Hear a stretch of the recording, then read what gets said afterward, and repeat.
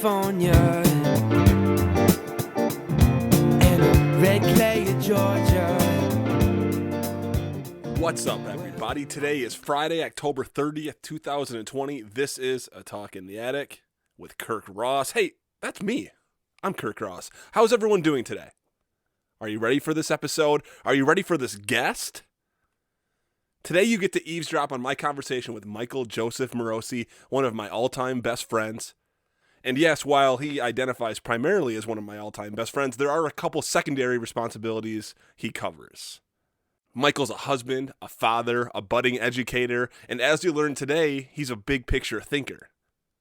Throughout his successful career spent in the finance and investment industry, Michael has committed a lot of his thinking to the alternative energy sector.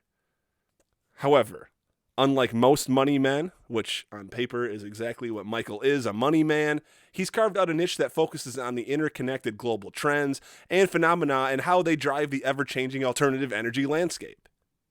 He's less interested in where a stock price might face resistance and more into the idea of what happens to the industry overall when political unrest hits a region or when a global pandemic drives inflationary risk from likely to 5-alarm, it's definitely happening now status. But we talk enough about this within the interview. So let me describe Michael J. Morosi in a more personal manner. I love this kid.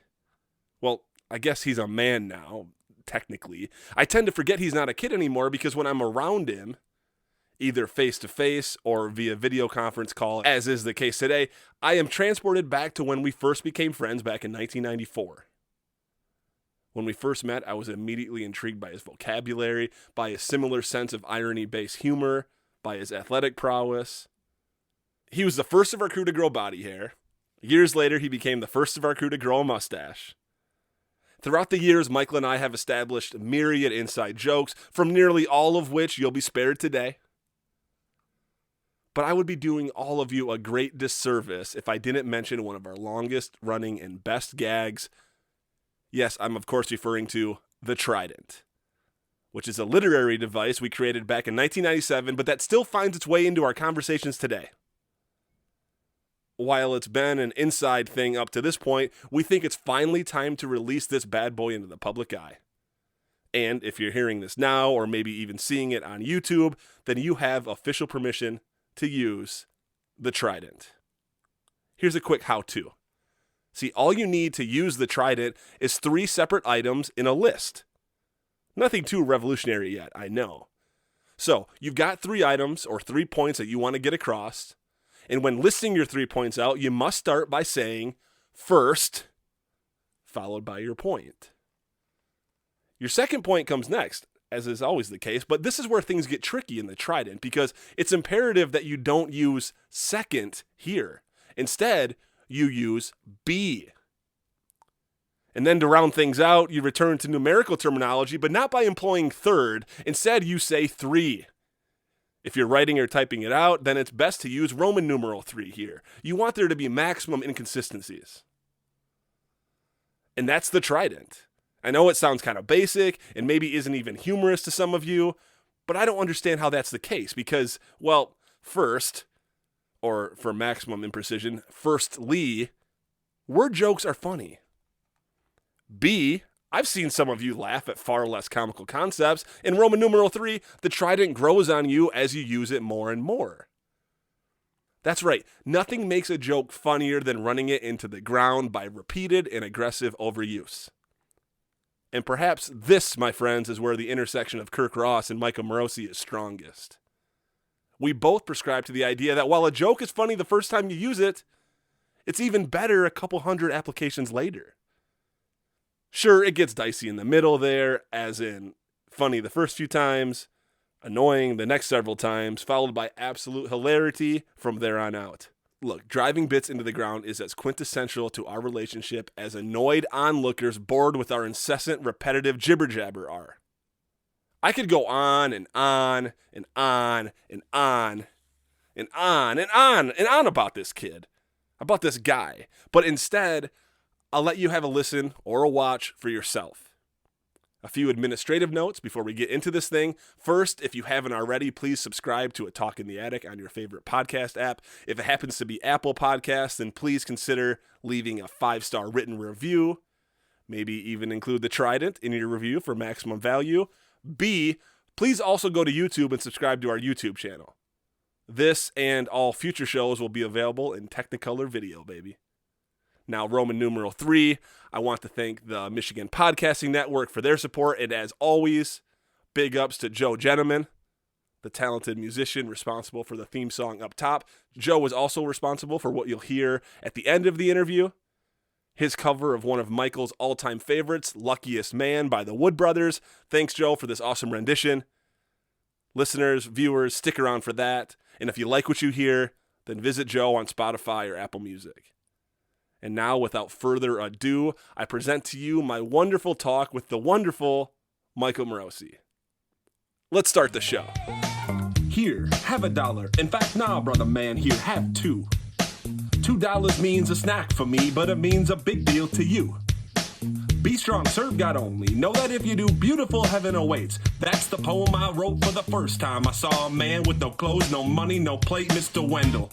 That's his name. No one ever knew his name, cause he's a no one. Never thought twice about spending on an old one until I had a chance to really get to know one. But now that I know him, to give him money isn't charity. He gives me some knowledge, I buy him some shoes. And to think blacks spend all the money on the colleges, and still most y'all come out confused. Go ahead, Mr. Wendell.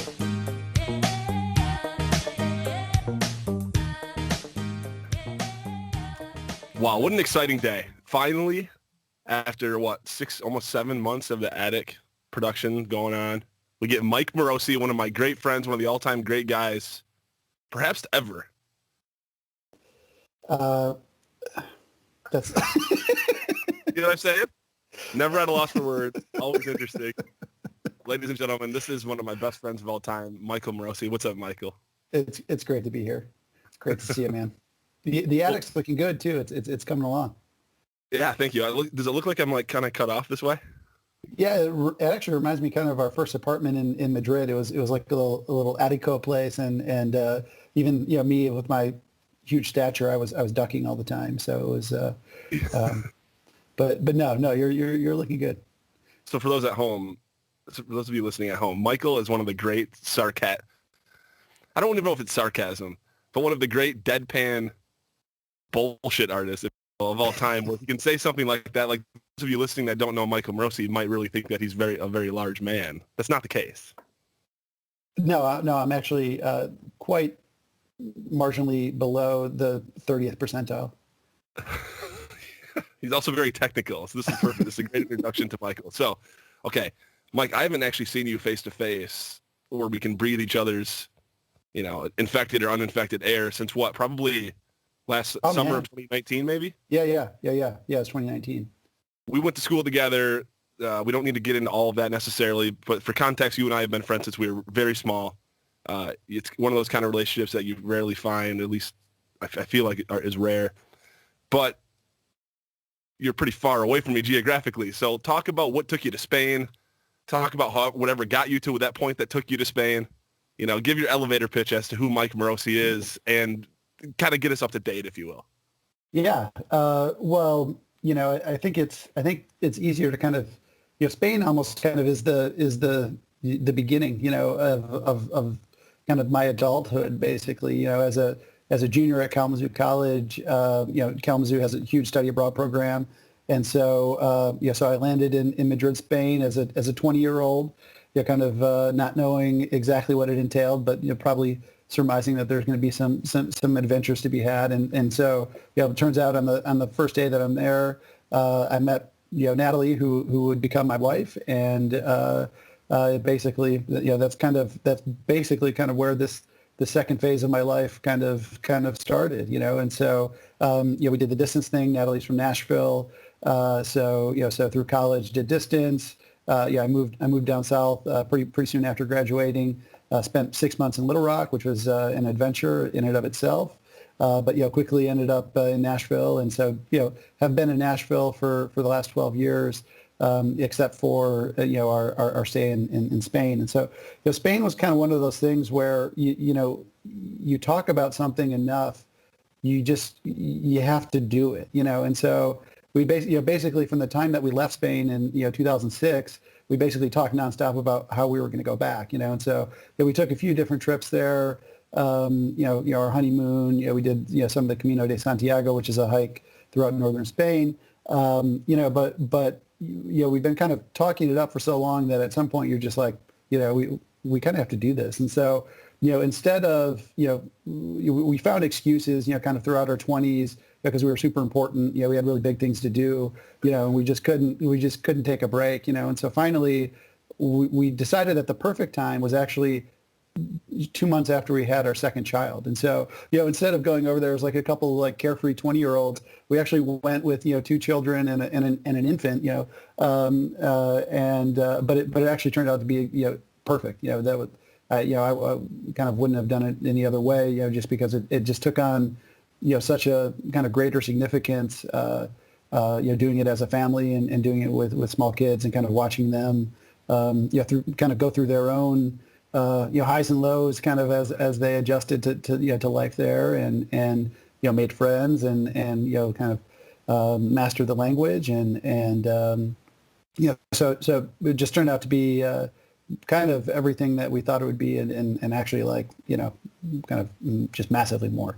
Well, yeah, I mean, it seems kind of as if you said it in jest a little bit, like what you had probably better timing perhaps on the surface if you had gone when you were younger, but at the same time, it kind of was a great time actually to go out there. Oh, I mean, there is no way that it would have been a better experience had we had gone when we were just two kind of, young married couple, kind of untethered, and I mean, sure, maybe we would have seen a few more countries or something like that, but I mean, the emotional significance of the experience, I mean, it just wouldn't have even compared.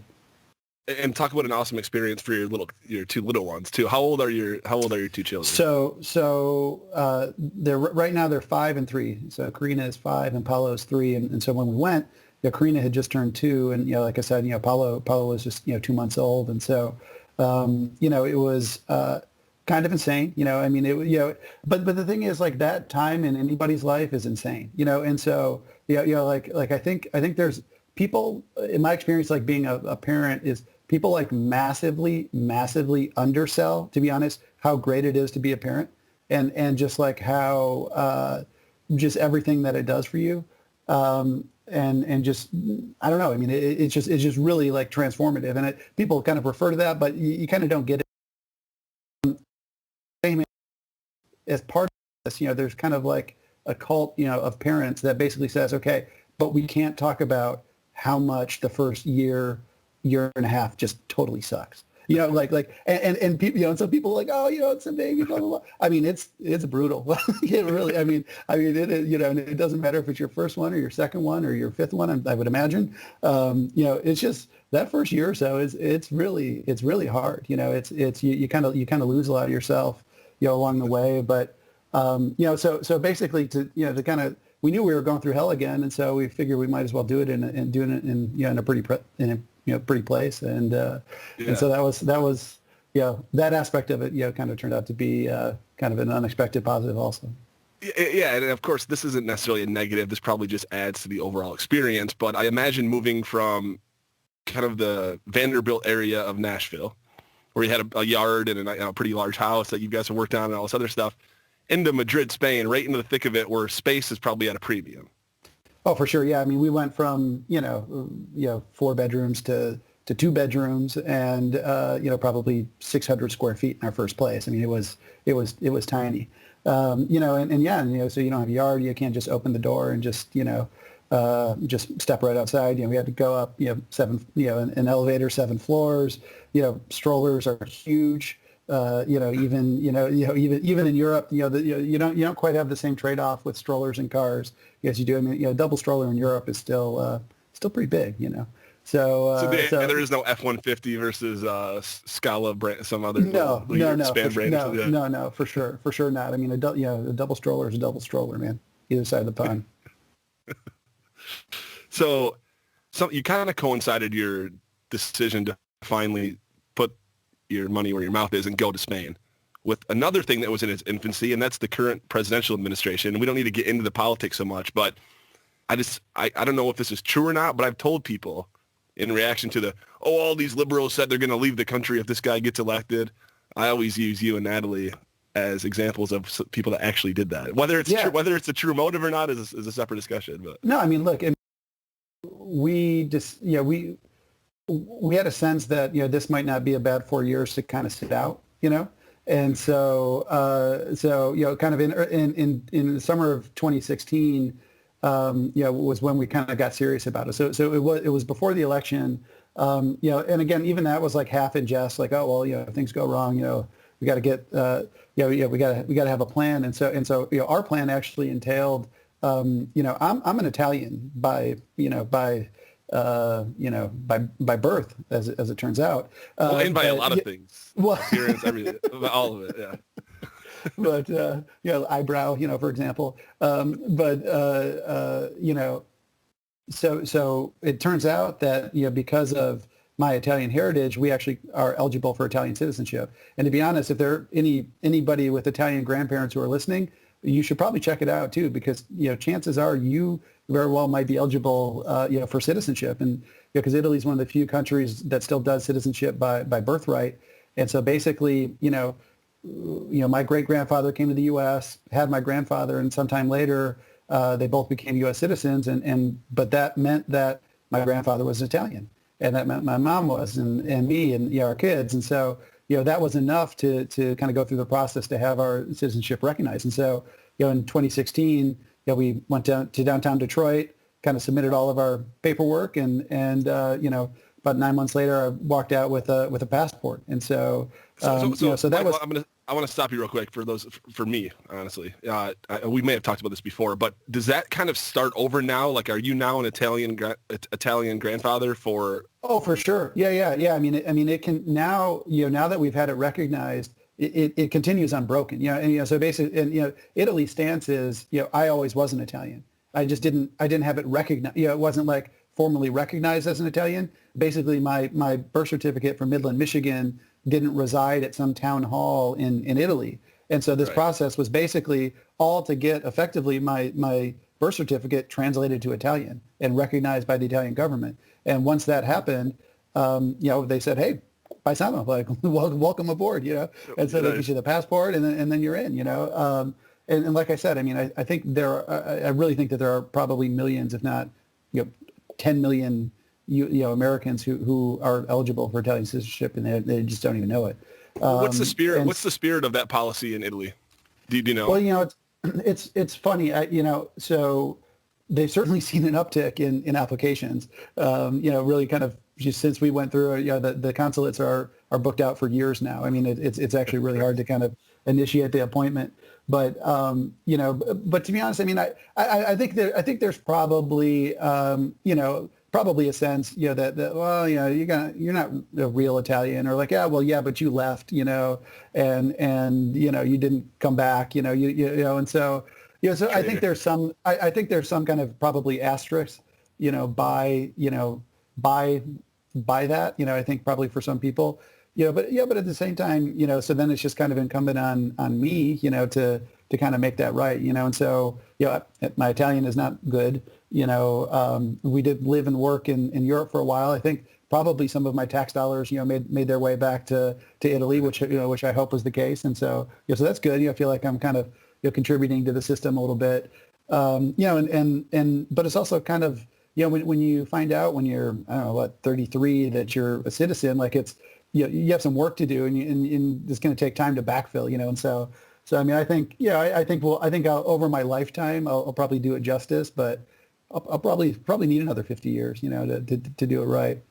That's so cool, though. So you're dual. Isn't there some situation where the USA doesn't necessarily like recognize dual citizenship something like that? Or? I think that's a little bit of a misconception. I kind of thought that too. That there might be issues for that, or like an American can't hold two passports, but that's just not true. I mean, the U.S. actually, if anybody, the U.S. kind of has kind of the highest tax on being a passport holder, because they basically say if you hold an American passport, you owe us money, basically. Whereas everywhere else, Italy's like, look, the money you make in the U.S., that's for you and the U.S. government to deal with. We're fine. Whereas the U.S. had to say kind of in everything that we were doing over there, and so it's pretty funny. But but so nothing from a philosophical standpoint, really just kind of dollars and cents. So quite American actually. Yeah, I mean, wow. So you're the first Italian citizen I've ever had on the show. It's an honor. And does that give you? I think, are we kind of locked down right now? Can the average non-Italian American get out of town? Can you? Yes. Yeah. No, we can. No, we could head to Italy tomorrow if we wanted to. There might not be flights, or might not be too many flights, because there aren't that many people that kind of qualify for travel right now, which is actually an issue that we had in coming back from Spain. This summer, kind of during COVID, I mean, we had 3 flights canceled. Just because the airlines just couldn't fill them, just because there wasn't demand, with the travel restrictions and everything. But yeah, I mean, we could go back to Spain, because we have our residency card, which is probably valid at least through the end of the year. And Italy as a citizen, we could always go there. And it was the same with Americans being abroad, kind of now, or really, kind of in the depth of the crisis in the spring. You could always go home. You can always go back, which is actually kind of contrary to the philosophy of you can never go home, but actually you can always go home. It turns out. I know, that's what made that terrible situation with that fictional story by that movie, The Terminal, by Steven Spielberg. It's tragic. Yeah. How's that for? I didn't fact check it. No, I mean, I always, Terminal kind of looms large. But it's Truman Show. Like there are certain movies that just kind of they seem to surface kind of with much greater frequency and kind of import than perhaps the actual movie itself. But that's what I mean. Because for example, this is pretty clever. Because I know that I'm Truman. And so I know that I'm being filmed. But this is a pretty clever way that you guys have kind of tricked me to be filmed. So I know. It's like, hey, let's get this idiot that we've been following this whole time, but we'll let them think that we're getting an inside look. Yeah, that's right. And that's right. Now we're seeing how fake and artificial all this. Right, exactly. It's like okay, like what kind of bullshit is he going to say? Like when he actually knows that he's being recorded. Look, he put on a shirt for the interview. That's cool. Yeah, right. I mean, two minutes ago I was wearing a T-shirt and I had spaghetti sauce on my jeans. Of course, you don't even know if I'm wearing jeans right now, to be honest. I could say the same about myself. Okay, so we could Mike, we could talk all day. We could talk an entire season of The Attic, which, by the way, I haven't decided. Everyone thinks that a season should be, probably at max a year, but that's provincial thinking. I might do a decade. I think season 1 could be a decade. So we could do a whole season on just memories and fun stuff, I guess, but to maximize perhaps the value of the listeners. Yeah, let's focus on that a little bit. Other than our moms would probably prefer the other one, but our dads would probably be more interested in the things that you're talking about. And you do fancy yourself, and I don't mean that in a derogatory way. You are absolutely an expert, or at least a high specialist in a number of things. And before you get into what you want to talk about today, which we kind of talked about already, lay a little bit of the context. This is going to be a little bit self-promotion. I know you don't like that. That fits your whole fake Truman Show thing. But tell us why you're qualified to tell us what you're about to tell us. That's a tough exercise, I know. Well, it's super tough, especially to the extent that I don't exactly know what I'm going to tell you, which it makes it even trickier. But I mean, so I guess professionally, I've worked in finance and worked in the capital markets, for pretty much my career. Right? Oh, sorry. Effectively, my job was to kind of sit in front of a screen and just kind of watch the world, and eventually kind of develop opinions about what was happening, both politics and geopolitical and interest rates and all that sort of thing, but also just companies and trends and technology and all that stuff. And so I spent a decent amount of my 20s effectively just getting paid to sit and think about things, which was actually quite a gift. I think everybody should get a chance to do that. I mean, that's kind of what college is for, but But even other folks that have a similar track to you on paper, it seems like either by design or I don't know if it's by choice, you tell me, you tend to have a more of a macro view, kind of a 10,000-foot overall holistic systemic approach as opposed to like a technical analysis approach, which I'm sure you've also trafficked in as well. But explain how that happened. How did that develop? it just kind of, to be honest, it just happened. You know what I mean? Like that, people I think just have modes of thinking, and, mine just kind of naturally gravitates towards kind of that intuition and kind of the mosaic and kind of, being interested in how all the kind of the different parts of a system, fit together. And so, it can be a little bit tricky when, somebody asks you, like, what do you do? And you're like, oh, well, I mean, I don't do a whole lot, to be honest. I mean, but what is kind of a loaded question?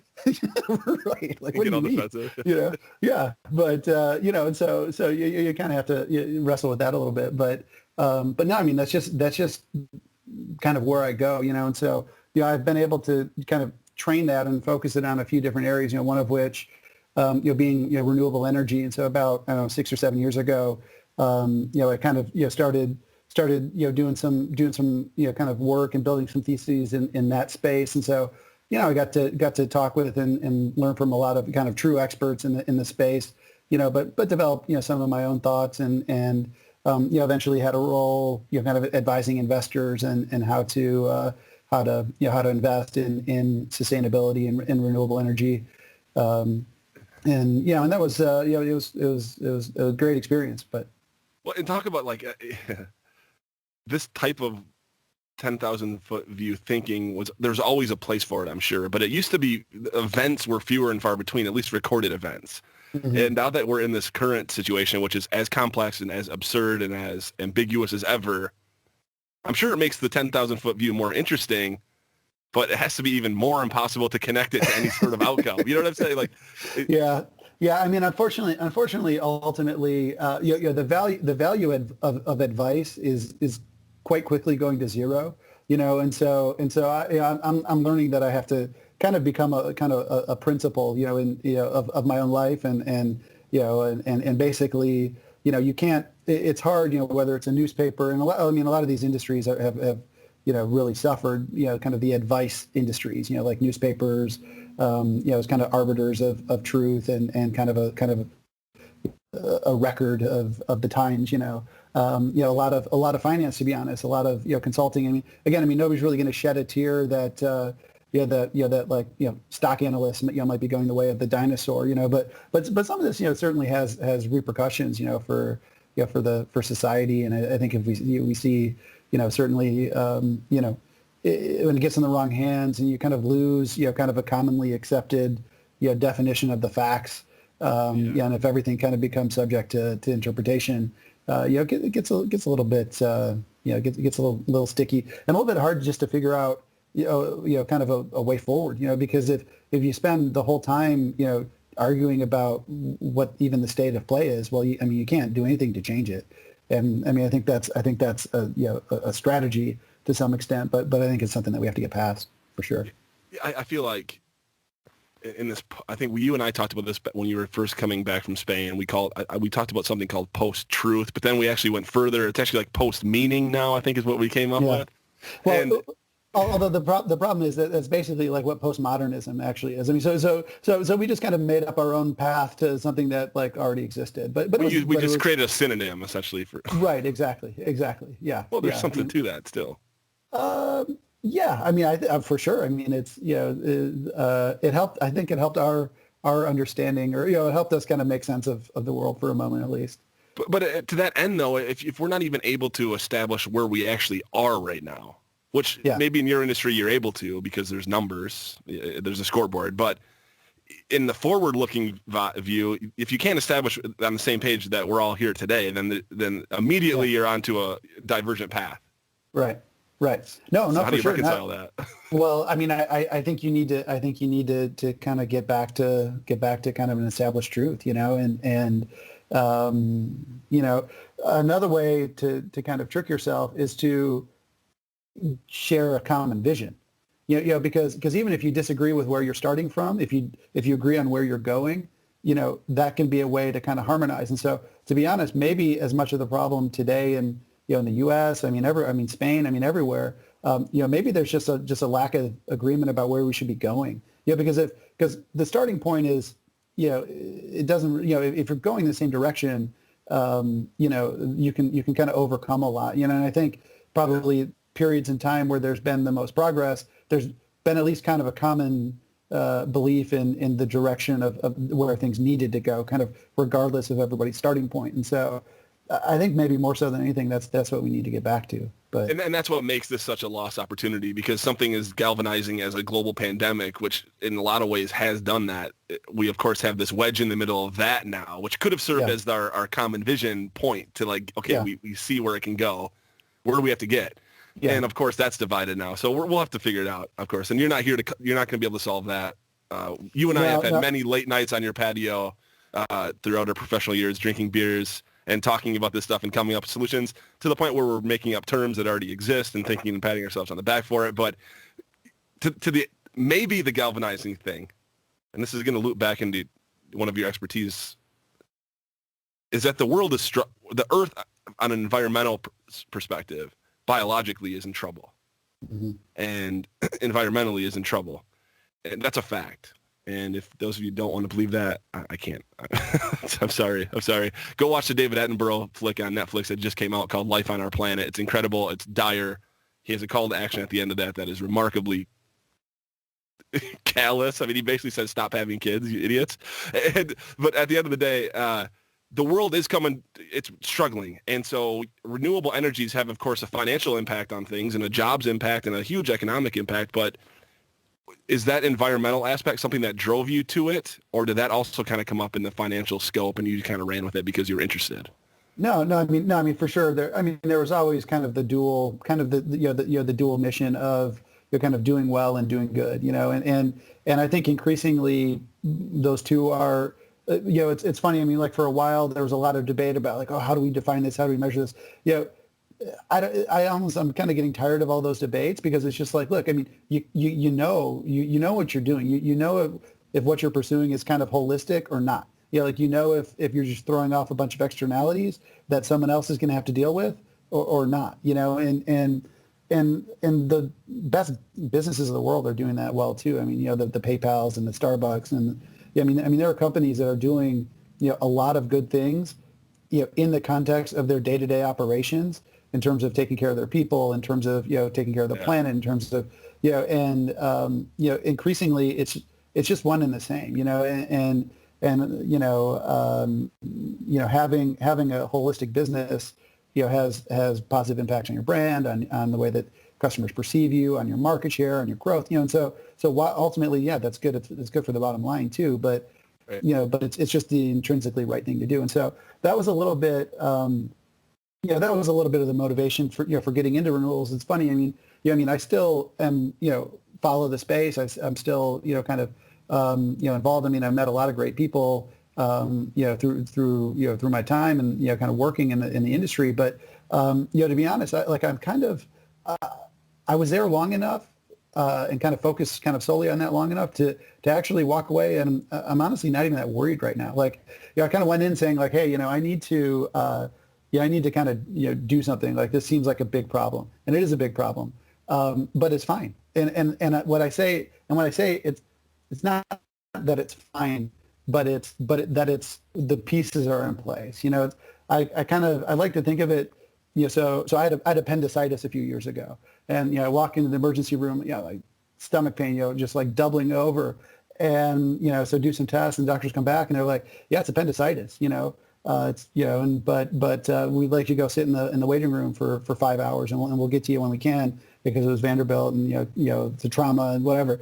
So I just wasn't that high on the priority, because I was going to die in about 24 hours, and somebody else could have died in 2 hours, and so obviously they take they take precedent. And so, but that was it. So as I sit there, I'm still in pain, don't feel good. I'm like, wow, they just told me I'm going to die, but I wasn't even worried, because I know that the tools exist to keep me from dying. Like I know that there are experts, and they have the knowledge, and they have the devices to take care of this problem, which surely will kill me.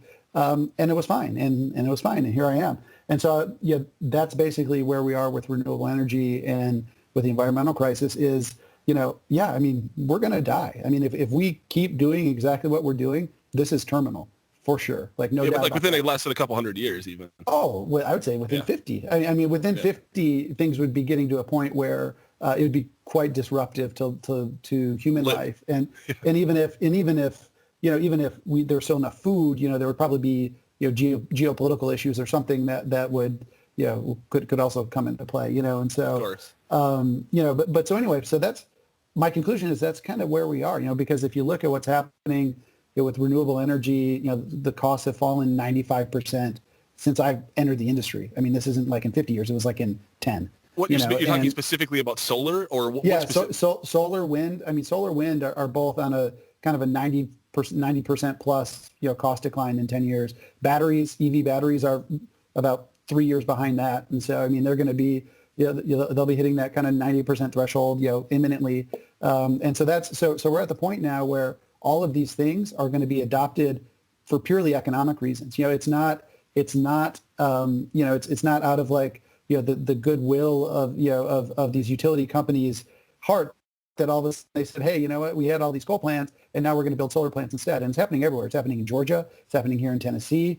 I mean, obviously it's been happening in California and the Northeast for quite a while, but it's happening everywhere, red-blooded states, blue blood, whatever, like every, and that's the other thing too is, renewable energy, Iowa, you look at all the wind farms that have been built in these agricultural areas of Iowa, solid red. I mean, very conservative areas, but they see it. They make in Michigan off, in Lake Huron, by the thumb. I mean, they're building massive, $50 million, $100 million investments in wind energy, and that's going to keep coming. I mean, we're to the point now where it already is 80-90% of what's built today, and you just roll that forward 10, 20 years.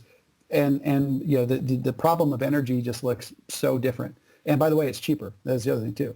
And we're seeing what drove the price decrease though? That's pretty substantial. Was it IP related or is it learning curve or? It was scale. It was purely because a solar panel is basically a semiconductor. It's just a big semiconductor. And you think you know about electronics and supply chains. I mean, you just buy a whole lot more, you build a whole lot more, and it's just economies of scale. And so what happened was, in 2008, Spain was actually the biggest solar market in the world. They had about 2/3 of global solar installations in Spain alone. And that was maybe a $6 billion market. And this year it's well over $100 billion, in annual investment. And just, that kind of, 10x, 20x factor of scale just drives down costs to nothing, because it's silicon and a little bit of silver and some glass and not a whole lot more. I mean, it is basic. It is just a super basic technology, and it just needs to scale up. I mean, to be honest, one problem is it actually all comes from China still. I mean, China probably manufactures 2/3, 75% of global solar panels, and so we're actually in this weird situation where we're going from importing Middle Eastern oil to importing Chinese solar panels, and so we might want to just kind of take a time out and think about what we're doing there. The wind supply chains are a lot more domestic, just because it's hard to move a turbine, which is about football field long, and right. So so that supply chain has to be a lot more local.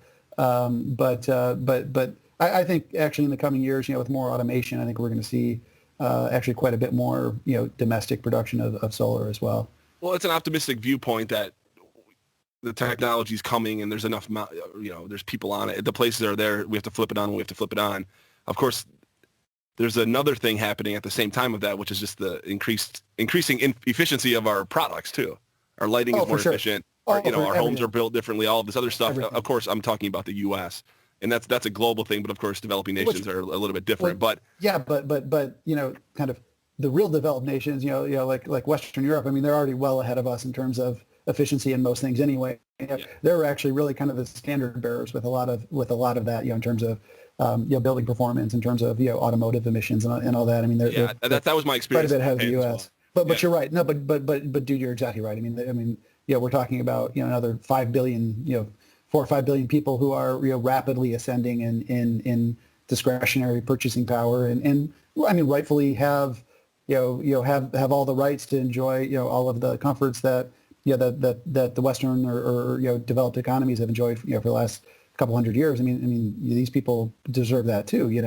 I think what we're seeing a little bit is kind of like what's happened with cell phones. Where a lot of places in maybe Africa or Southeast Asia or wherever people didn't have access to the internet. They didn't have access to a landline, but then cell phones came along. And so they went basically from nothing to having a cell phone, and then pretty soon after, to now having, smartphones. And so, that hopefully is going to be the analogy, where there's kind of a whole kind of dirty system that doesn't get built out in a lot of areas, and they go kind of right to the good, kind of distributed, clean stuff, right off the bat. And there's a ton of groups, working, solar in Africa and those types of markets. And so, that's definitely happening. It needs to happen more, but I think it will. I mean, again, because it makes sense. I mean, it's so much cheaper to build a solar farm in the middle of, Kenya than it is to, import diesel and burn it in a I mean, it's just a brutal supply chain. It's just a brutal process.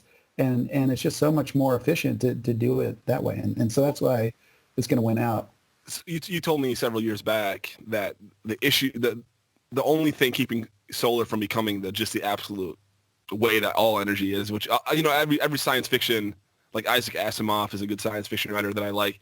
There's always this discussion about harnessing energy from the sun, right, in the future. It's obviously, it makes so much sense. If we can do it, we got to figure it out. It's right there. Holy smokes. Well, I mean, yeah, no, I know. Well, the few of them then that we have left. But yeah, I mean, you said at the time that what's keeping that from becoming just the de facto way of doing things is that you had to either shoot it into the grid when you collect solar energy, right, or you have to store it. Well, or use it, I should say, because storing it isn't really an option. And it still really isn't an option, but it's coming along. Can you give us an update on that? It's kind of a tech question. Yeah, it is. That's. I mean, I guess probably the best the best data point on storage is just take a look at Tesla's stock price. I mean that is just. I mean they are the whole plan was to make affordable electric vehicles, but really it was to make affordable, clean, a holistic, clean system. And so Elon Musk all along, building these gigafactories. I mean, it was to kind of control more of his supply chain for his cars, but all along the plan was to have huge, a large amount of that output being dedicated towards energy storage.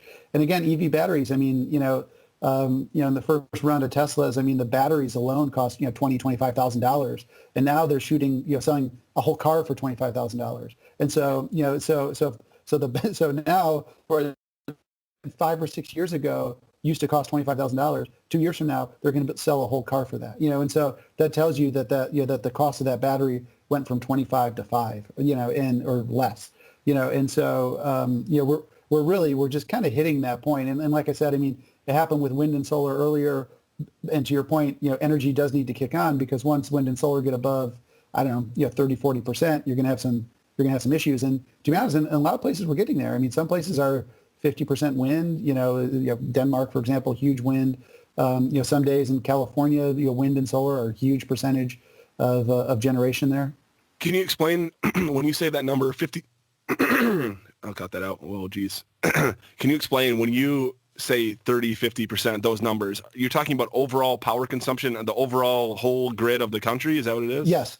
Yeah. Some of these regions, I mean, and you have days, even, a place like Costa Rica, for example, I mean, they'll run 100% on renewable energy for like a month straight, where they don't have to flip on, their combined cycle gas plants.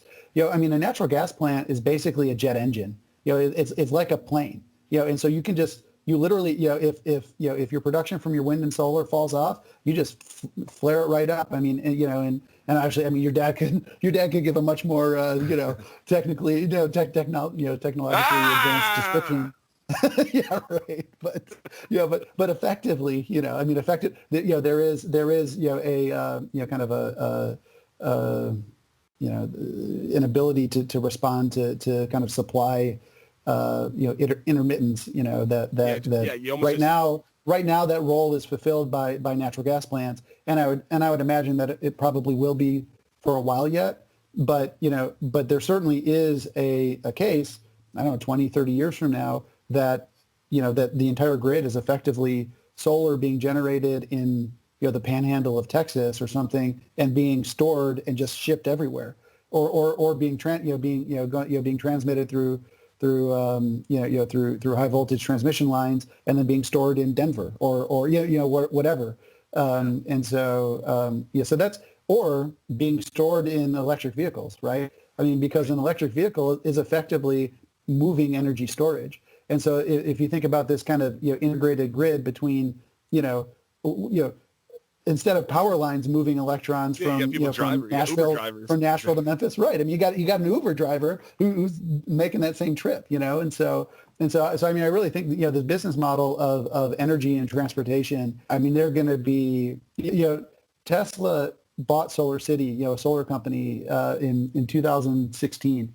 And I was literally I went on TV, I went on CNBC that day, and I was literally the only jackass in the entire world who said, I like it. I like this deal. And I mean, of course the math didn't make sense. Like, of course it was super dilutive.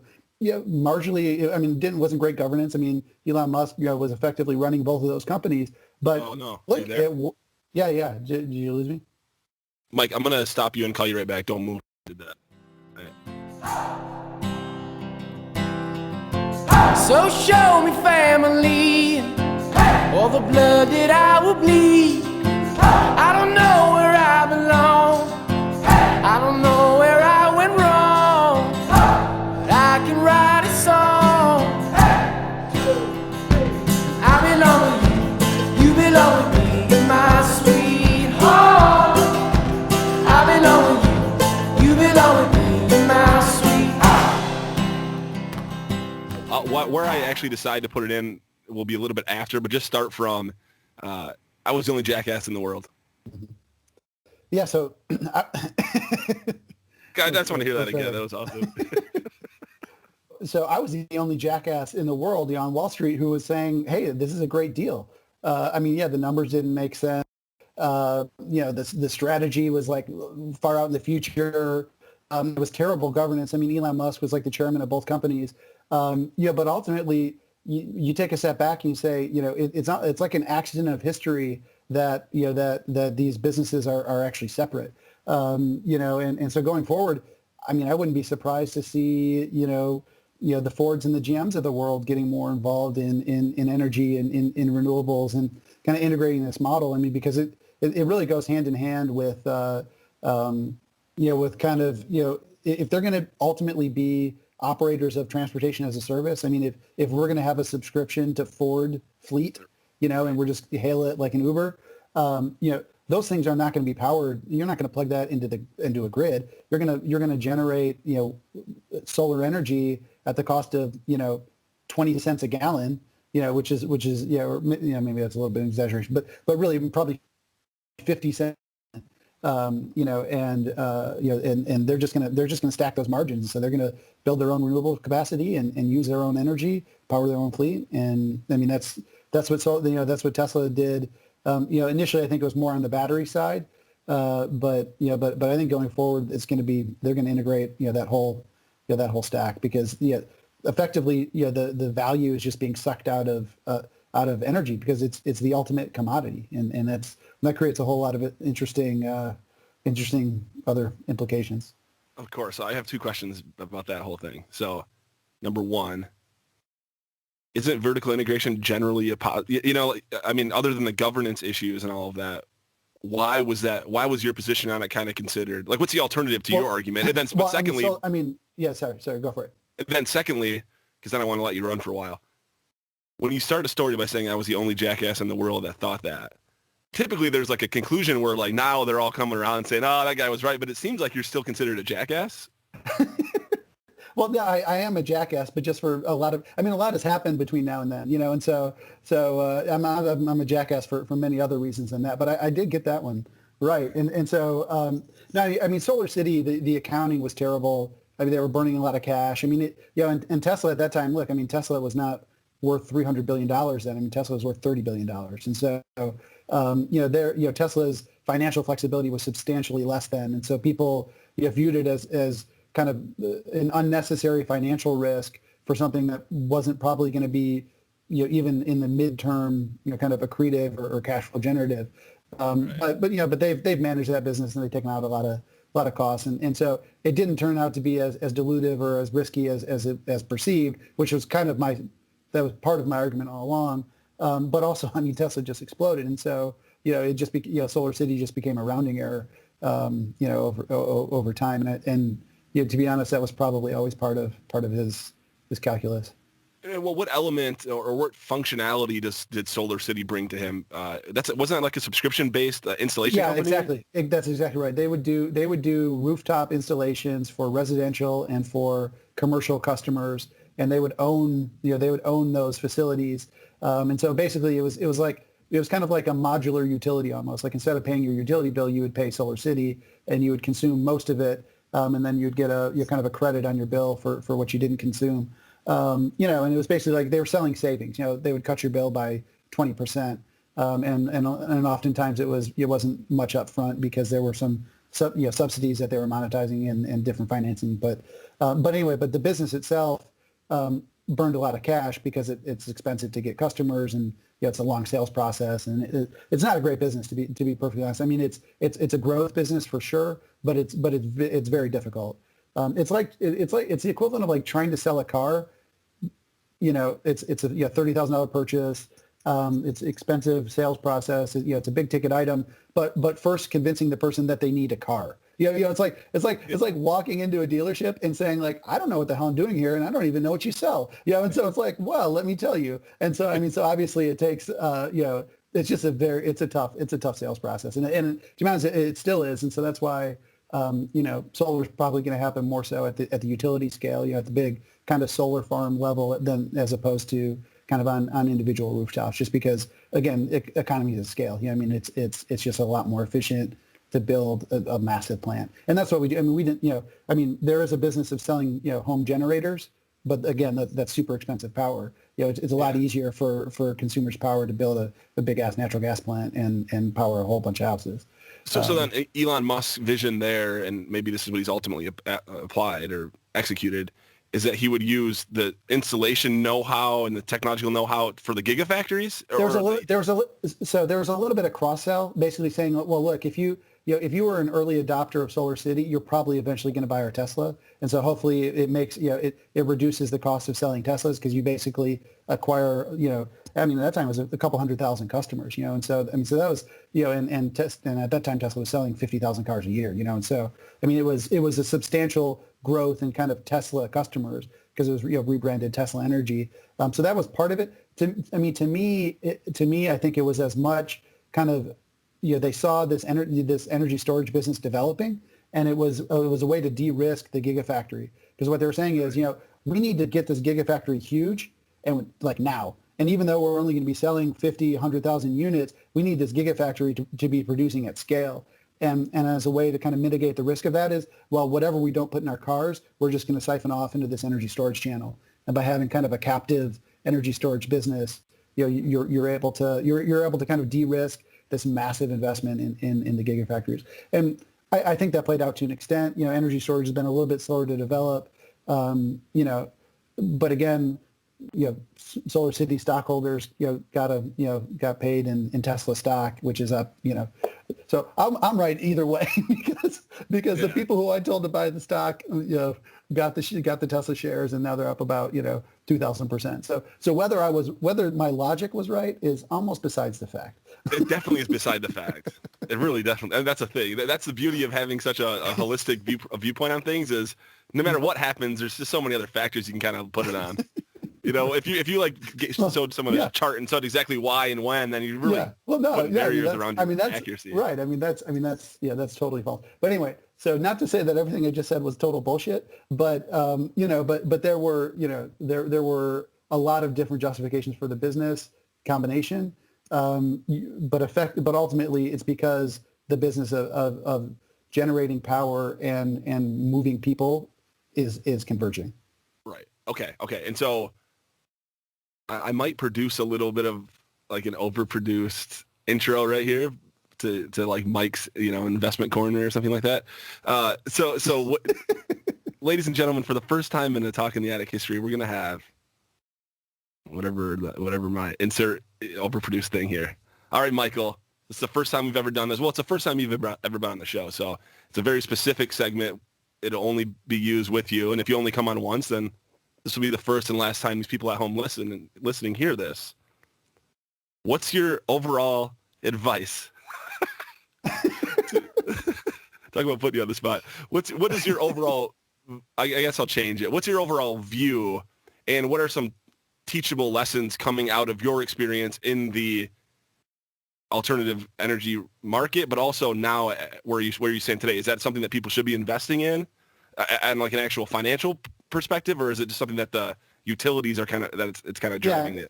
Well, that's a great question. So, and kind of a great angle because first, I guess I'll start by giving a disclaimer. This is generalized advice. This is not specific. You should consult your own advisor, or I guess maybe become a client of mine if you'd like personalized advice. But so this is super general. No self promotion. We said no.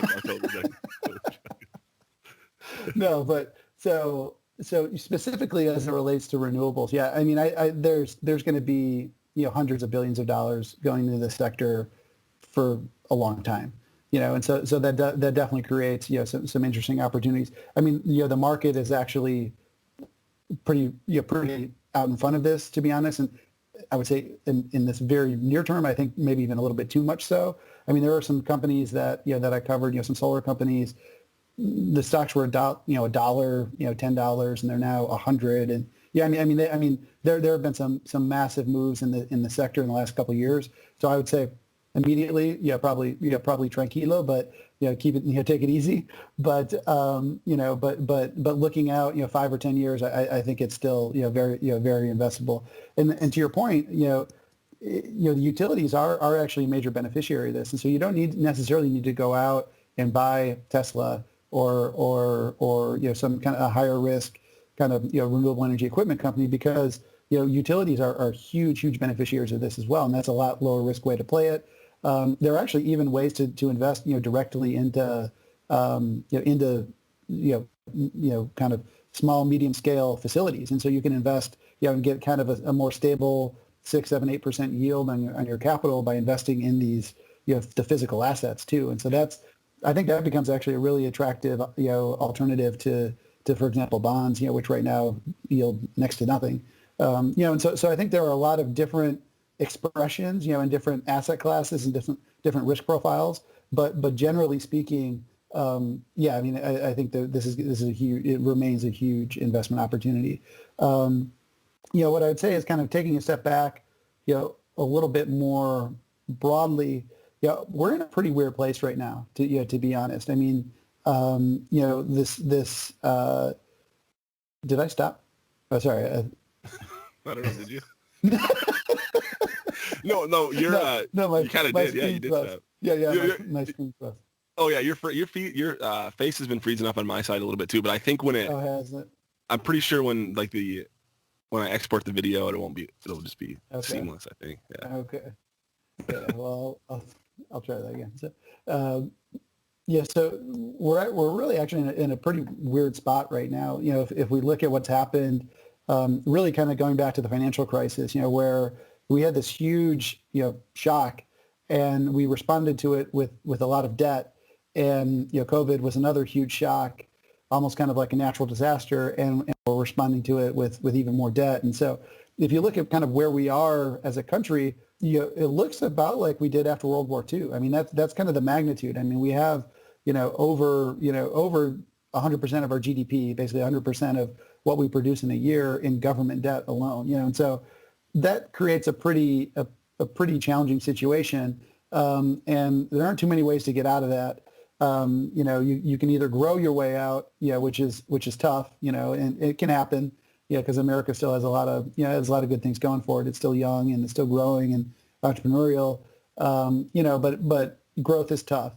You could just not pay it back. You could just go bankrupt. You could do a restructuring, but that would probably be pretty painful for everybody. So let's hope that's not where we go. And so, but I think the best way to get, probably the surest way to get out of it, if you're the government or somebody who has a lot of leverage, is kind of basically hope for inflation, and that kind of lowers the value of what you owe today. It's like you take out a mortgage at $100,000 mortgage 20 years ago. Well, that's you've had time to kind of let prices grow, and so all of a sudden that $100,000 isn't quite what it was, before. And so I think we're probably going to be dealing with some inflation here. And to be honest, we're not, a lot of assets really aren't positioned for that.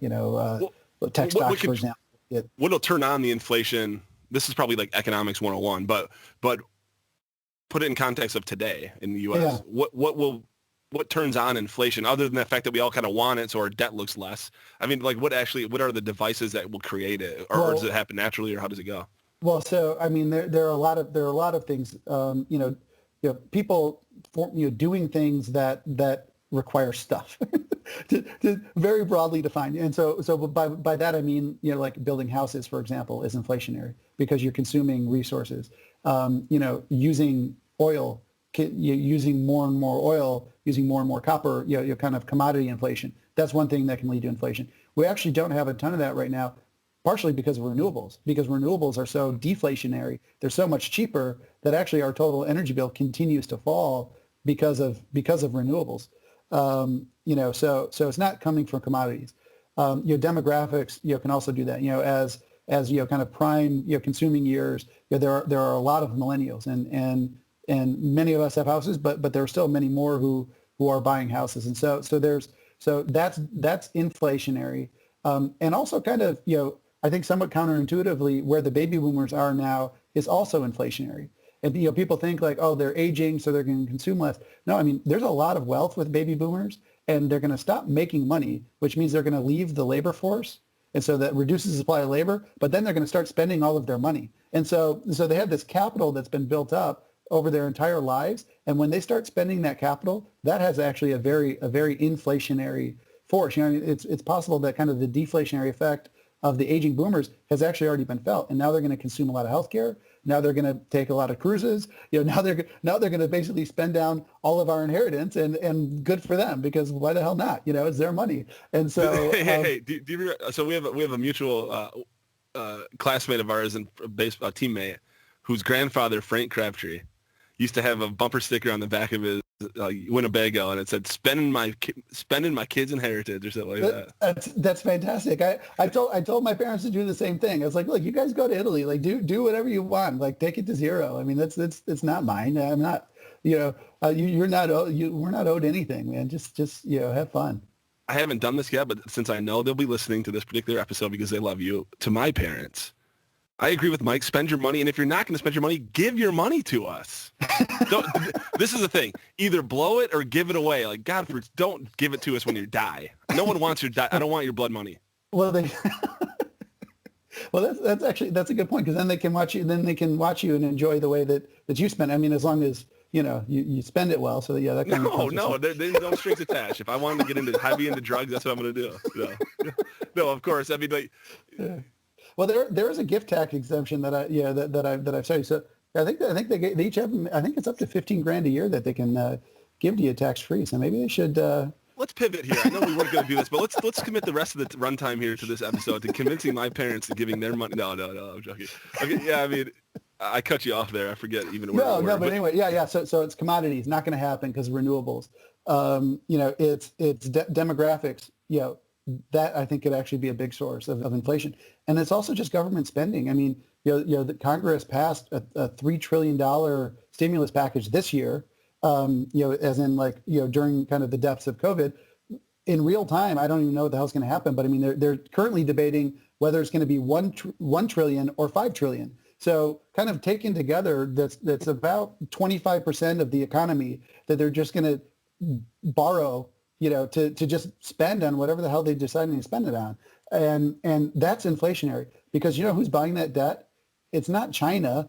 It's not even you or me or any, it's the central bank. And so literally the government is just borrowing from themselves. They are just printing money. And if you print money to the tune of 25% of your GDP, when your GDP is a big fucking number to begin with, that is a whole lot of money sloshing around, going after effectively the same amount of stuff that it was going after 6 months ago, right? I mean, the economy is no bigger than it was, at Christmas, It's and smaller. So, well, right. But what I'm saying is even the full potential economy, right? I mean, it's, right. You see what I'm saying? Right now it is smaller, and that's the point. But even if it were to work, even if it were to grow, you know, and even if we were to kind of get, you know, return to kind of trend, it's way too much money going after way too few goods and services, and that's kind of the definition of inflation. And so as we look at today, you know, a 10-year government bond yields less than 1%. You know, our mortgages, which it's nice that they've come down, are 3%, but that could go back up. You know, so if you haven't refinanced, you should, you know, maybe look at refinancing. You know, also that also kind of has an implication for the value of real estate. For example, I mean, you know, you look at the value of real estate in these, you know, in coastal markets, even Nashville. I mean, it's been booming for, you know, 10 years now. You know, yeah, that could kind of throw a wrench in things, you know, because you know, if the cost of money starts to go up, you know, your ability to pay, you know, what are becoming kind of exorbitant prices in some markets, you know, it's housing is a momentum trade. You know, it's amazing, and people don't think of it like that. I mean, they think of it as like, you know, like your you know, kind of your nest egg and you know, your where you live, and I mean, it's certainly those things, but it's you know, on a societal basis, it's a momentum trade, and if interest rates go up, if inflations go up, you know, that the momentum could you know, could switch a little bit. Has the U.S. ever put 25% of its GDP into the, like, even in the Depression era? World War II. Yeah. I mean, that was basically what got us out of the Depression. I mean, it was that magnitude of spending. You know, kind of the increase in debt very closely tracks the increase in debt immediately after the Great Depression through the end of World War II. And so we've basically just, you know, from a kind of an economic financial standpoint, we've just fought a war. The only problem is we're still fighting each other. You know what I mean? Like at the end of World War II, they were like, yeah, it was like, America, we're fucking great. We won. Yeah. Democracy. There was an awesome. enemy. Let's go. Yeah, we beat the enemy. And this time, we don't know who the enemy is, you know? China?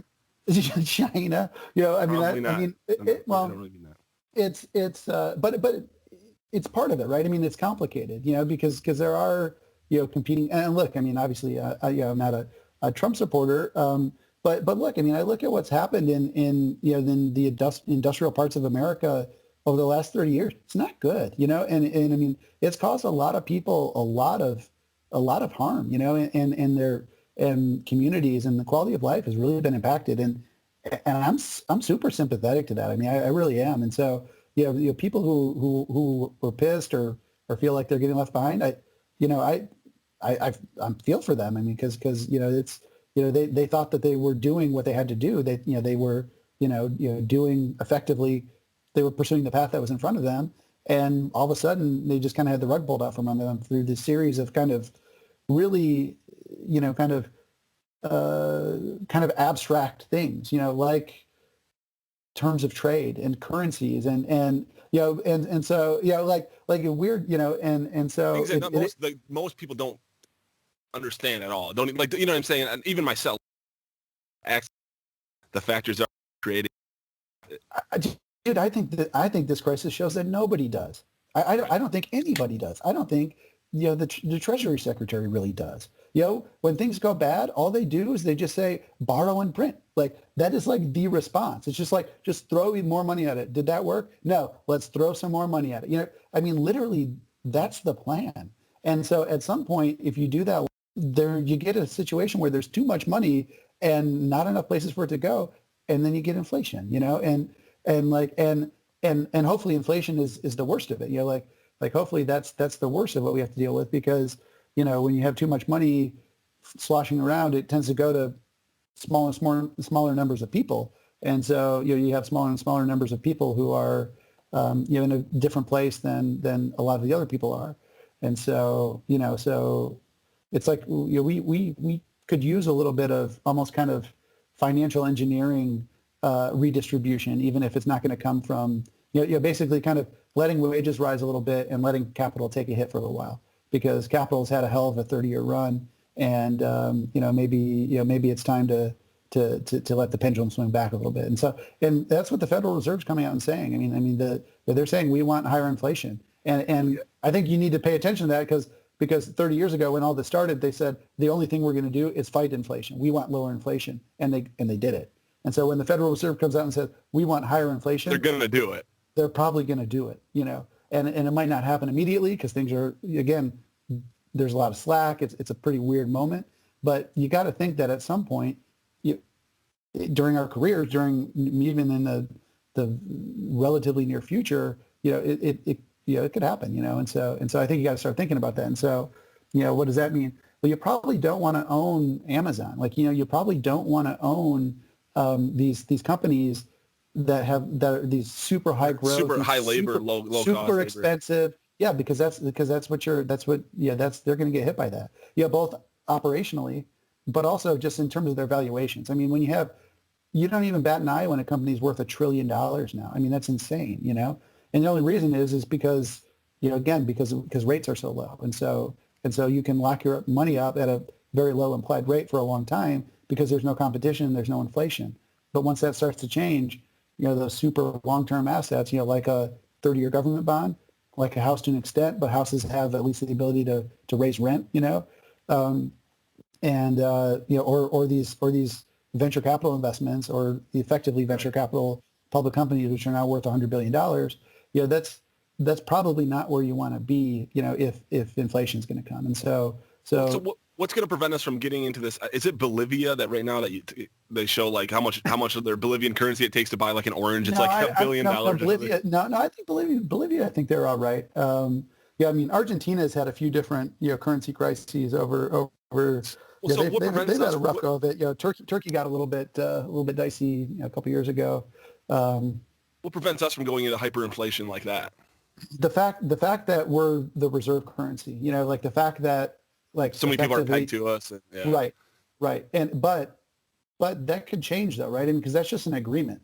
I mean, that that literally was just people agreed to it back literally after World War II. It was called the Bretton Woods, and there's a meeting where basically, the Western world got together and they said, okay, the global economy is denominated in dollars now, and we're going to change. We're going to let our currencies float based on the dollar, because the United States had 80% of the world's gold at that time anyway. And so it's effectively the gold, the standard or whatever, the gold standard. Exactly. So the U.S. pegged its currency to gold, and so then everybody else pegged their currency to the dollar.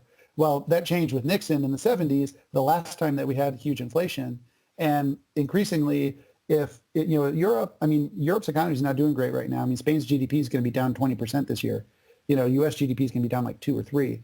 It's not going to take too much longer for the rest of the world to say, hey, you guys are kind of whistling through the graveyard here, and it's because you're being kind of a bad actor with your currency. So we are not going to stand for this anymore. We're going to need some changes. And so as that starts to happen, if that starts to happen, that changes the ability for the U.S. just to print just insane amounts of money. And this kind of race to zero. But you see it. I mean, you see it in the prices of certain things. Like gold, for example. I mean, I'm not a big Bitcoin guy, but I mean, Bitcoin is another one of those things. That it's kind of this perceived store of value. I don't know what the hell's going to happen with that. But that's the way that people treat it. Right. It's like a decentralized gold standard with nothing tangible and really no service. It's like digital gold. I mean, it's kind of the way that it's sold. You know what I mean? Like, although, hey, PayPal just came out and said they're going to take it. So I don't know. I mean, it seems like a lot of banks are adding it, and I mean, because people agree. People have agreed for now that it's worth a certain amount of currency, and so I still have a great amount of interest in like the whole blockchain technology as a means of disintermediating like title insurance and all of that kind of stuff. I think that's where I'm interested in it more so than like owning the. Let's face it, it's kind of a stock. Like when you buy a crypto coin, it's kind of a stock, but there's really no product. Even when they try to sell a product, it's like some of them are crazy. What is this exactly? And not to say that a stock. And that's not to say that a stock symbol really represents a company either. There's a pretty big disconnect there as well. But there's no more obvious one than when there's really no end product. Exactly. No, I 100. What you said, 100%. I mean, blockchain is a real technology. It has lots of different applications, but it can exist outside of Bitcoin. And again, I mean, some of these initial coin offerings are just. I mean, it's just like, it's just pure, just like, I mean.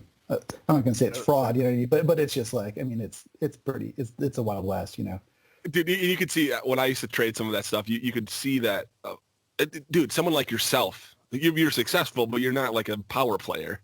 I feel like a few folks like yourself were able to manipulate the market so for strong. sure. I know, Big time, you'd see big time. you'd see this coin that was almost a joke. It had like a Hasselhoff coin or something, and three rich boys from Harvard or something decide to dump $1 million into it, and it goes up 5,000% in a day, and the next day it's back to like it's gone. Right. No, right. No.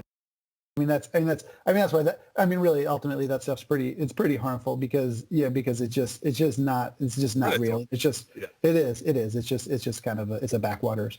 So now that we've effectively convinced all of the listeners, I don't know, I don't know. It hasn't been a great. Let's.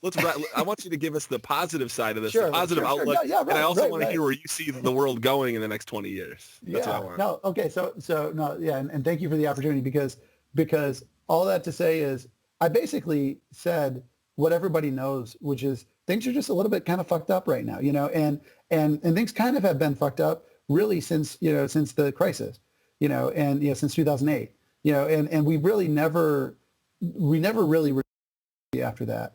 And, and so in some respects, this is all kind of a healing process a little bit, and maybe some of the, maybe in the coming years, some of the kind of the normalization that should have happened in the wake of such a big financial crisis, will happen, and we'll kind of reset a little bit. But look, I'm not saying that we need that there's going to be a huge crash. And, there's a way for it to happen kind of piecemeal and slowly. I just think probably the next 5 years, 10 years aren't going to be the best years for returns, but that's fine. That's, that's we not just a problem. came off of such a strong period. Right, exactly. It's just natural. It's a natural digestion, but anyway, but beyond, so the next 5 years, it might be a little bit tough, might be a little volatile, might be more inflation, kind of think about that. But longer term, just, you got to stay optimistic because that's never been the wrong call. That there has never been a 10, 20-year period in modern history where it was right to be negative. Are you saying this? It depends if you want to become a president, or it depends what your goal is. Well, right. No, but listen, all that I'm saying is, know what you're know what you want. You know what I mean? Know what your goals are, know what your values are, know what your plan is, and just do it and just stick to it. And the longer term you're focused, the better it's going to be because there's just so much noise. What's the market going to do? I don't know. It's probably going to go up and then probably go down and then it might go up again. You know what I mean? I literally don't know. And if anybody tells you that they do with any kind of certainty, they're just lying to you. You know what I mean? But what you can do though is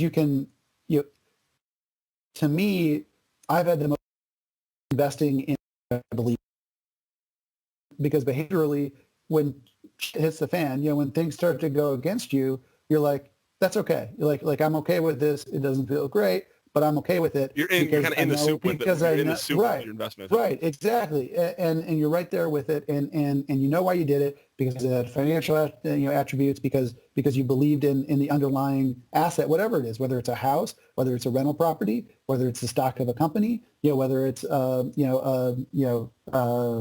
solar farm that you bought a share of, you know what I mean? Whatever the underlying thing maybe it's is. a truckload of Japanese textiles that just happen to you stumble. Have you seen margins on those?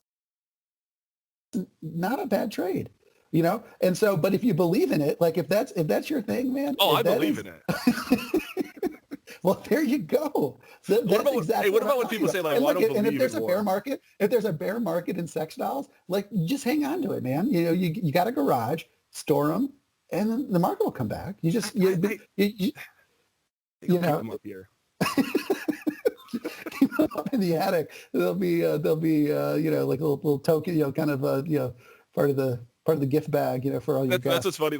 It's hard to get, especially female guests. I tell what I'm trying to lure. Honestly, it is. I'm luring them into a soundproof attic. Let's call it what it is. And so I think the introduction of 200 to 300 Japanese high quality expensive textiles would only add to the to the creepiness of that, which is great. That's what we're going for. One could think you could use COVID to make the show less creepy and kind of de-risk it from that standpoint, to be like, oh, well, look at this, this kind of body of work that he did that didn't seem super rapey. I feel pretty good about going up there. I don't know. Then you bring up the sex dolls and it's you're kind of shooting yourself in the foot, Yeah, you're right. It's counterintuitive. maybe I'll move away from that. So you think maybe renewable energies or something that long term might be a little better from the creepiness level? I mean, for a certain demographic, I think for sure. Well, that was Mike's investment corner. Thank you so much for that. So then you are an optimistic person now, like naturally. That's you have. I mean, you have to be. I mean, sometimes it's hard, but like you have to be. So things are going to be changing. We're moving to this gig economy. And we're there essentially. Yeah.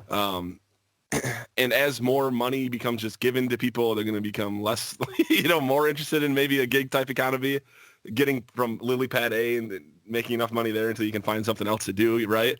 But what do you see the future of work? I mean, as we get more efficient, as the technology continues to get cheaper and cheaper, automation and things like that are just going to make it so we really don't have that much to do.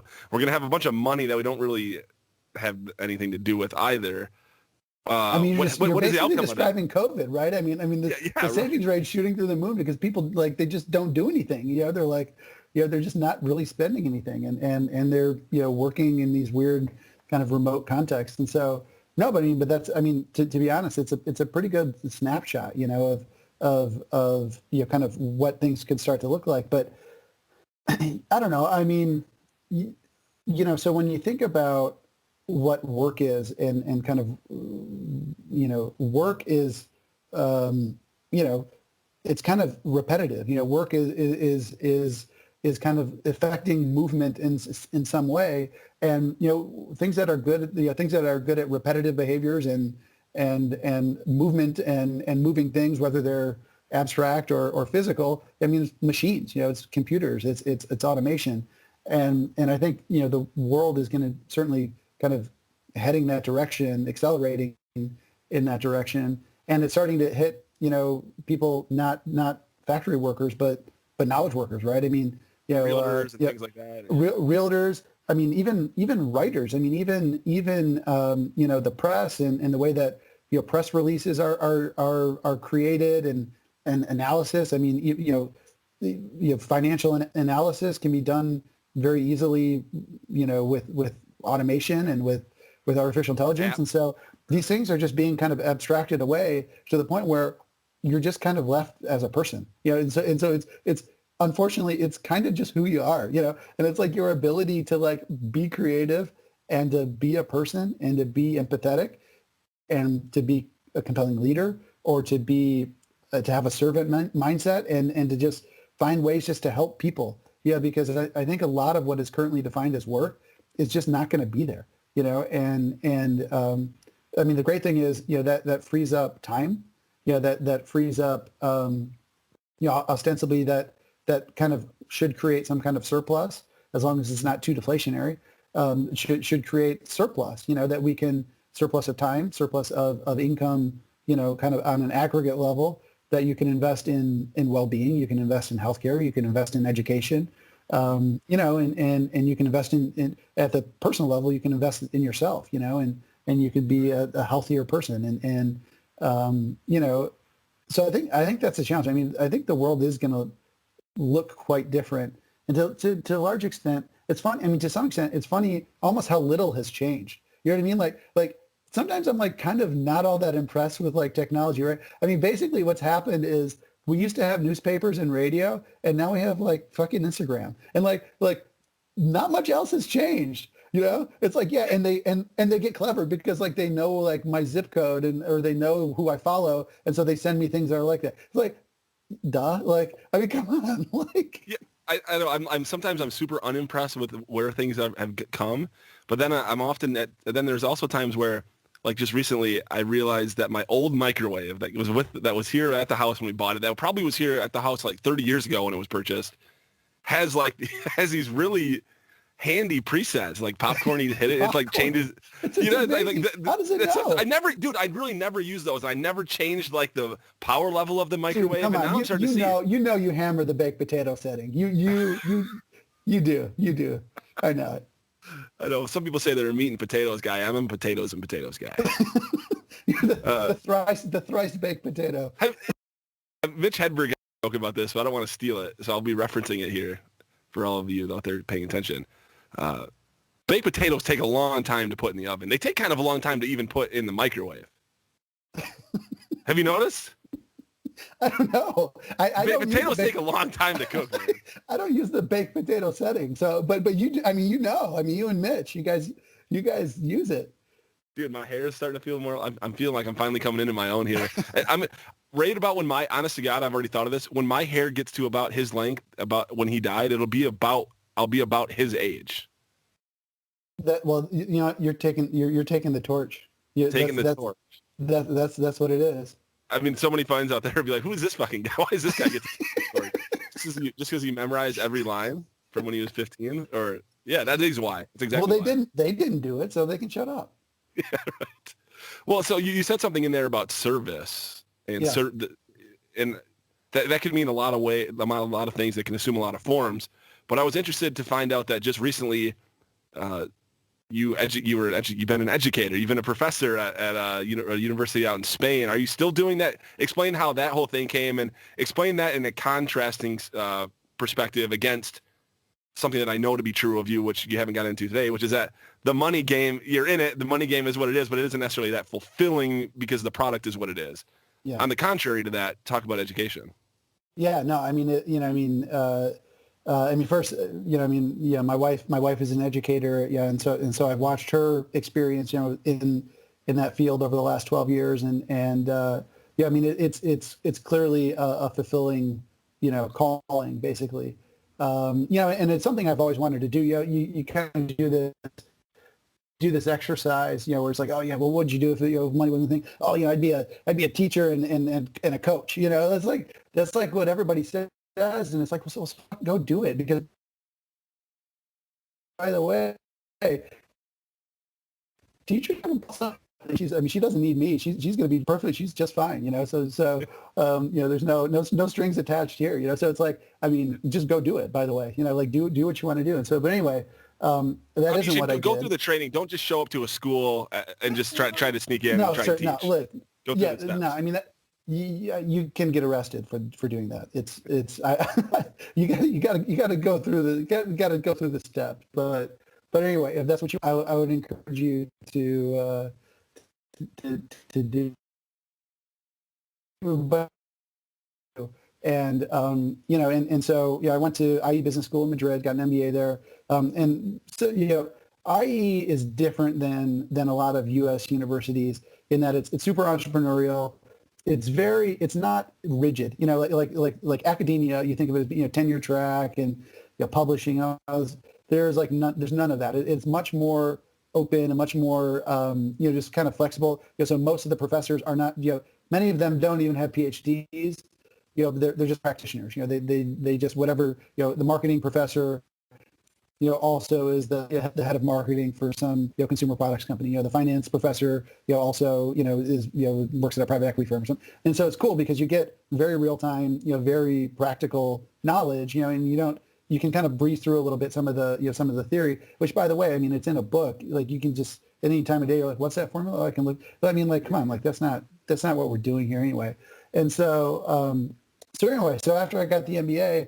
And I was in Madrid. I was working professionally, and just kind of wanting to stay a part of it, and so I just kind of through kind of good fortune, was able to find an opening in a master's program, and I taught a couple terms there, and it was just fantastic. I mean, the kids were great. I mean, they were kind of just out of undergrad, so still learning. They didn't have a ton of professional experience, but that also made them super open, and were like they were still very kind of moldable or exactly eager, exactly. And so I would start my finance class by saying, listen, just so you know, nothing that I tell you in this class is real. Like this is just fake. This is made up projections about the future, which is very unknowable. So that's where we're starting from. This is philosophy. This is not some kind of hard science. And so you kind of go from there. And so people. They kind of like that, because it wasn't,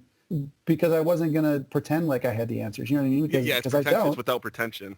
Well, I mean, I can be plenty pretentious. Don't worry, but I know you really can't be that. I know the shtick, but it's not really real. But was that when you were teaching there?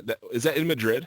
Yeah, right in Madrid, right in the center. So are you speaking Are you teaching finance, philosophy in Spanish? No. These are global students, and so if I had a class of 50, maybe 10 of them would be from Spain, but then mostly throughout Western Europe, Italy, Germany, Switzerland, kind of mostly continental Western Europe was kind of the majority of the students. But there were some kids who came from the U.S., Canada, India. So I mean, it was in the Middle East also. That's one thing that IE does is it just brings people in from all over the place. What's the name? What is the name? What does IE stand for? It stands for Instituto de Empresa, which means business school, basically. That's awesome. Yeah, it's IE Business School, so it's business school. Yeah. ATM machine, like. Well, so that's so cool, though. I mean, you've got such a good role model at home from an education perspective with Natalie. Yeah, she was great. She was helpful. She basically told me like, don't talk too much, shut up, and because I know you're going to talk too much, and I did, of course, but she at least gave me the warning, and I could ask her about lesson plans and kind of helping, different pedagogical devices again, which I didn't really master because again I did it for 6 months total, 8 months total, but again it was just it was impactful, and I would love to do it again. Well, you happen to be you're back in Nashville now. And there's no shortage of universities and colleges and secondary learning or higher education around Nashville. No, that's true. But again, there's something special kind of about IE and their receptiveness to the practitioner that, I could walk over to Vanderbilt and say, hey, I taught this class and I'd like to teach it here. And they'd be like, piss off, and so there might be some schools, where you could adjunct professor. Or something. Yeah. Be an adjunct. Yeah, no, exactly. And they do that. And so it's certainly, and it's not something I pursued yet, but it's something that I would like to include, and kind of always have it be a part of it, just because it's just a lot of fun. Yeah, there's something talking about fulfillment and things like that make it feel very inward looking and only about yourself or something, but at the end of the day, there's an element of altruism to helping people that in return for that you do feel something. And it's okay to pursue those things and not feel selfish. Sometimes I do things where I'm like, am I just doing this for, who cares? Who cares what I'm doing? As long as the output is that you're helping people or whatever. Right. But at the end of the day, I'm learning at the same time you're learning. At the same time, a lot of our classmates and friends our age are learning that if you're not of service to others, life sucks, kind of. It does. It does. And that's not to say that you have to, but you need to. And that's why people a lot of times often turn to having kids and things. There's no bigger purpose than that. You know what I'm saying? I mean, no, for sure. Maybe they scratch it without even realizing it. But no, for sure. I mean, I think that's I do think that happens to an extent. People get to a point they're like, oh well, what now? Okay, well I guess we're going to have some kids now. And that's, I think you can run into problems if you because again.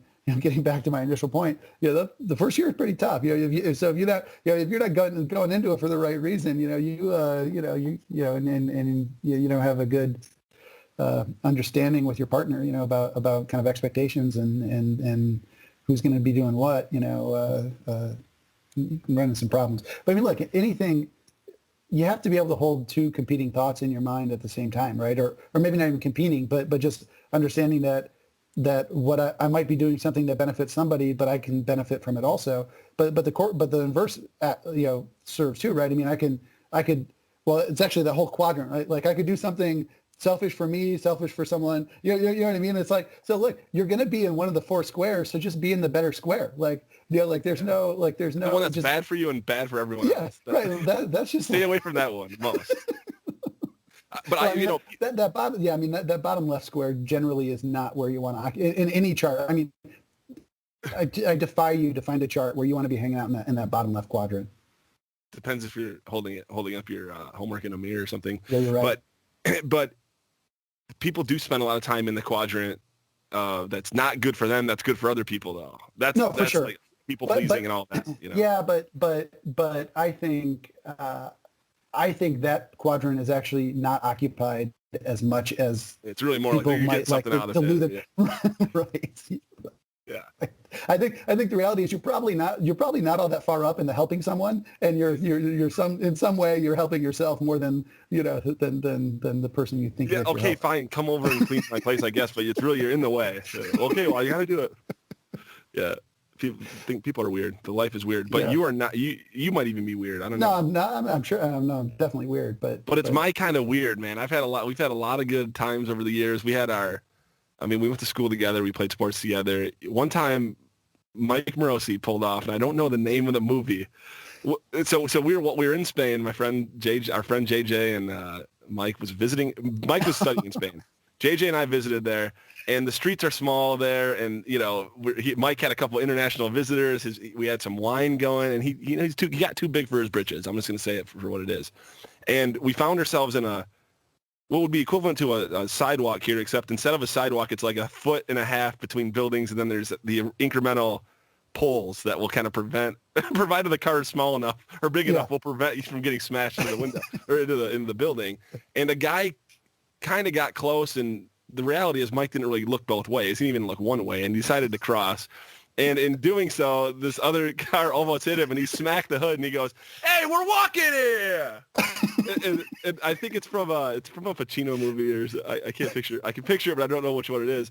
And so he was feeling pretty cool. We all thought that was funny. Well, then the brake car goes in reverse because oh Lord, the hubris that had resided within Michael Morosi just moments earlier was gone, just like we were. We sprinted across the corner. We got scattered.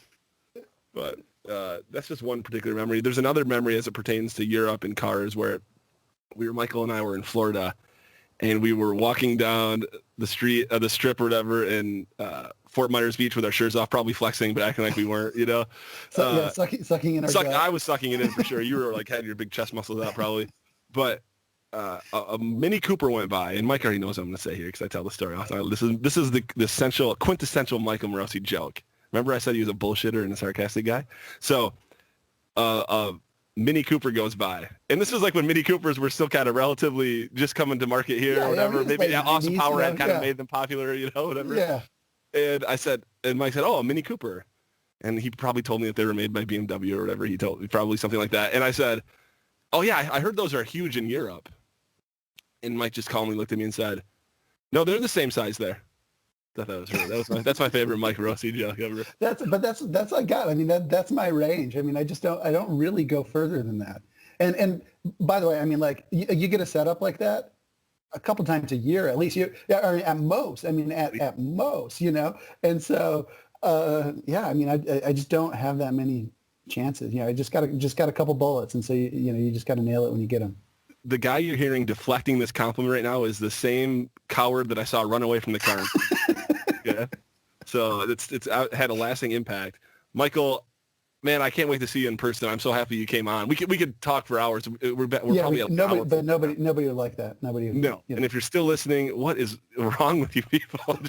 If you want to talk, just give us a call individually. But seriously, man, you've always inspired me. And whenever we're out of phase or we're doing different things and we haven't talked in a while, I get a pit in my soul. I mean it. And I don't know if it's just because I stew on it or I know the feeling. Man, I know the feeling.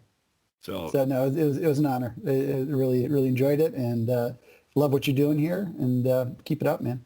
All right, Michael. Thanks, man. Enjoy the rest of the day. The market's closed. What does one do now? Pick up the kids from school, man. It's the best part of the day. Oh yeah, that's awesome. Well, tell those little cuties I said hi. Peace out, Michael. Take care, my man.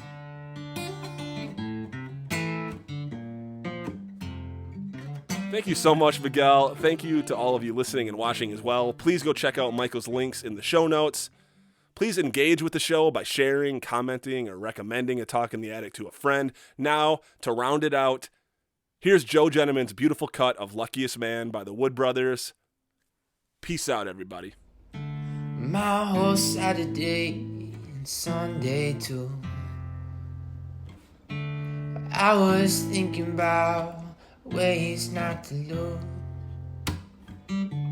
I laid down my weapon This is what I've done. Too late to hide, feet too soft to run. People say I'm the luckiest man. Yet they say running is useless and fighting is foolish. You're not gonna win, but still you're the luckiest man. You're up against too many horses and mysterious forces. But what you don't know is you are the luckiest man. You're the luckiest man.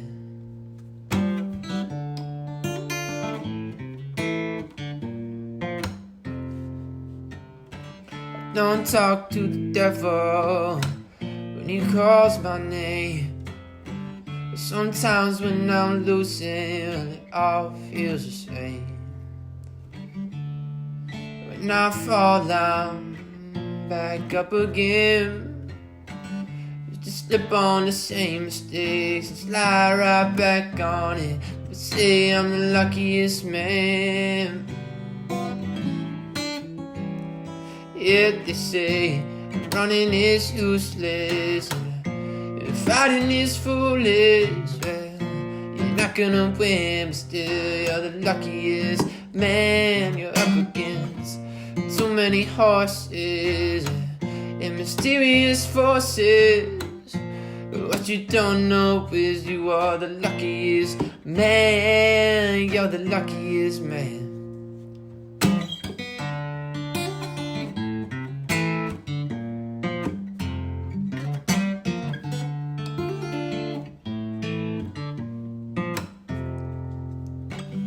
Try to keep my faith and keep my mind. I hate to lose either one when the whip cracks behind. And I can't help but mourn just a little each night. And people say, yeah, it's gonna be alright. And people say I'm the luckiest man. Yeah, oh, they say running is useless and fighting is foolish. You're not gonna win, but still you're the luckiest man. You're up against too many horses and mysterious forces. But what you don't know is you are the luckiest man. You're the luckiest man. Oh, you're the luckiest man.